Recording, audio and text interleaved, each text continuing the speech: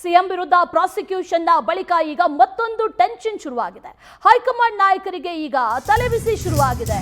ಒಂದ್ ಕಡೆ prosecution tension, ಮತ್ತೊಂದು ಕಡೆಯಲ್ಲಿ ಹೈಕಮಾಂಡ್ ನಾಯಕರಿಗೆ ಮತ್ತೊಂದು ತಲೆಬಿಸಿ. ಕಾನೂನಾತ್ಮಕ ಹೋರಾಟಕ್ಕೆ ಸಿದ್ದರಾಮಯ್ಯ ಈಗಾಗಲೇ ಮುಂದಾಗಿದ್ದಾರೆ. ಕಾನೂನು ಹೋರಾಟ ನಡೀತಾ ಇದೆ. ಹೈಕಮಾಂಡ್ ಬೆಂಬಲವನ್ನ ಕೊಡ್ತಾ ಇದೆ. ಮತ್ತೊಂದು ಕಡೆ ಸಿಎಂ ರೇಸ್ಗೆ ಸಚಿವರ ಲಾಬಿಗಳು ಕೂಡ ಶುರುವಾಗಿದೆ. ಪ್ರಬಲ ನಾಯಕರು ಸಿಎಂ ಸ್ಥಾನಕ್ಕೆ ಪೈಪೋಟಿಯನ್ನ ಶುರು ಮಾಡಿಕೊಂಡಿದ್ದಾರೆ. ಆರ್.ವಿ. ದೇಶಪಾಂಡೆ, ಸಚಿವರಾದಂಥ ಎಂ.ಬಿ. ಪಾಟೀಲ್, ಶಿವಾನಂದ ಪಾಟೀಲ್ ಸಿಎಂ ಸ್ಥಾನದ ಕುರಿತಾದಂಥ ಬಹಿರಂಗ ಹೇಳಿಕೆಗಳನ್ನು ನೀಡ್ತಾ ಇದ್ದಾರೆ. ಮತ್ತೊಂದು ಕಡೆಯಲ್ಲಿ ಸಚಿವ ಸತೀಶ್ ಜಾರಕಿಹೊಳಿ, ಪರಮೇಶ್ವರ್ ಫ್ಯಾನ್ಸ್ ಕೂಡ ಅಭಿಯಾನವನ್ನು ಆರಂಭ ಮಾಡಿಕೊಂಡಿದ್ದಾರೆ. ಆನ್ಲೈನ್ ಆಫ್ಲೈನ್ ಎರಡೂ ಅಭಿಯಾನಗಳು ಶುರುವಾಗಿದೆ. ಈ ವಿವಾದಗಳಿಗೆ ಫುಲ್ ಸ್ಟಾಪ್ ಹಾಕಬೇಕಲ್ವಾ?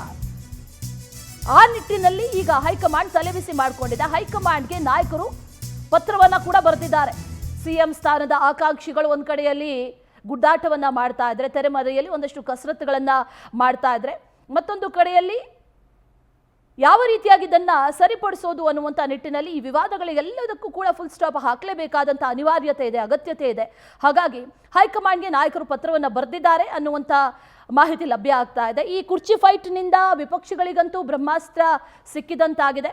ಸಿಎಂ ಆಕಾಂಕ್ಷಿಗಳಿಗೆ ಹೈಕಮಾಂಡ್ ಸ್ಪಷ್ಟ ಸಂದೇಶ ಕೊಡುತ್ತಾ ಅನ್ನುವಂಥ ಪ್ರಶ್ನೆ ಕಾಡ್ತಾ ಇದೆ. ಮತ್ತಷ್ಟು ಡೀಟೇಲ್ಸ್ ಅನ್ನ ಕೊಡ್ತಾರೆ ನಮ್ಮ ಪ್ರತಿನಿಧಿ ರೂಪೇಶ್ ಬೈಂದೂರು, ದೂರವಾಣಿ ಸಂಪರ್ಕದಲ್ಲಿ ಜಾಯಿನ್ ಆಗ್ತಾ ಇದ್ದಾರೆ. ರೂಪೇಶ್, ಸಾಕಷ್ಟು ಬೆಳವಣಿಗೆಗಳು ರಾಜ್ಯ ರಾಜಕಾರಣದಲ್ಲಿ ನಡೀತಾ ಇದೆ. ಒಂದು ಕಡೆಯಲ್ಲಿ ಸಿಎಂ ಬದಲಾಗ್ತಾರೆ ಅನ್ನುವಂಥ ವಿಚಾರಗಳು ಬರ್ತಾ ಇದ್ರೆ, ಮತ್ತೊಂದು ಕಡೆಯಲ್ಲಿ ಅವರೆಲ್ಲರನ್ನೂ ಕೂಡ ಹಿಡಿದಿಟ್ಟುಕೊಳ್ಳುವಂಥ ಅಥವಾ ಕಂಟ್ರೋಲ್ ಮಾಡುವಂಥ ನಿಟ್ಟಿನಲ್ಲಿ ದೆಹಲಿ ಕರೆಸಿಕೊಳ್ಳಲಾಗ್ತಾ ಇದೆಯಾ ಅನ್ನುವಂಥ ಪ್ರಶ್ನೆ ಕೂಡ ಕಾಡ್ತಾ ಇದೆ. ಆದರೆ ಇದೆಲ್ಲದಕ್ಕೂ ಒಂದು ಫುಲ್ ಸ್ಟಾಪ್ ಇಡುವಂಥ ಕೆಲಸಗಳಂತೂ ಆಗಲೇಬೇಕಾಗಿದೆ. ಆ ನಿಟ್ಟಿನಲ್ಲಿ ಯಾವ ರೀತಿಯ ಪ್ರಯತ್ನಗಳಾಗ್ತಾ ಇದೆ, ಡೀಟೇಲ್ಸ್ ಏನಿದೆ?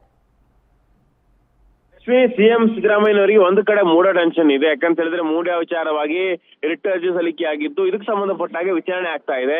ಹೀಗಾಗಿ ಸೆಪ್ಟೆಂಬರ್ 12ಕ್ಕೆ ವಿಚಾರಣೆ ಮುಕ್ತಾಯ ಆಗಬಹುದು ಅಂತೇಳಿ ನಿರೀಕ್ಷೆಯಲ್ಲಿ ಎಲ್ಲರೂ ಕೂಡ ಇದ್ದಾರೆ. ಇದರ ನಡುವೆ ಸಿಎಂ ಕುರ್ಚಿಗೆ ಟವಲ್ ಹಾಕೋರ ಸಂಖ್ಯೆ ಜಾಸ್ತಿ ಆಗ್ತಾ ಇದೆ.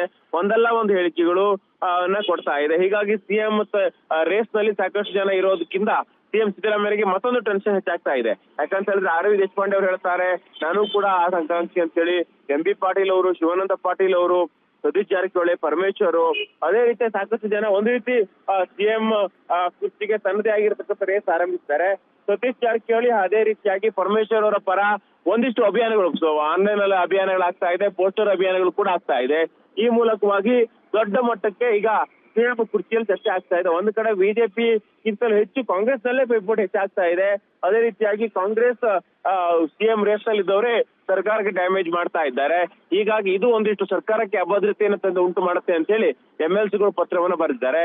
ಹೀಗಾಗಿ ಸಿಎಂ ಸಿದ್ದರಾಮಯ್ಯರಿಗೆ ಮೂಡಾ ಟೆನ್ಷನ್ ಒಂದ್ ಕಡೆ ಆದ್ರೆ, ಸಿಎಂ ರೇಸ್ ನಲ್ಲಿ ಇರೋ ಒಂದಿಷ್ಟು ಟೆನ್ಷನ್ ಆಗಿದ್ದಾರೆ. Ashwini. Okay Rupesh, thank you ಡೀಟೇಲ್ಸ್ಗೆ. ಸಿಎಂ ವಿರುದ್ಧ ಪ್ರಾಸಿಕ್ಯೂಷನ್ನ ಟೆನ್ಷನ್ ಒಂದ್ ಕಡೆ ಆದರೆ, ಕಾನೂನು ಅಸ್ತ್ರ ಈಗಾಗಲೇ ಬಳಕೆ ಆಗಿದೆ.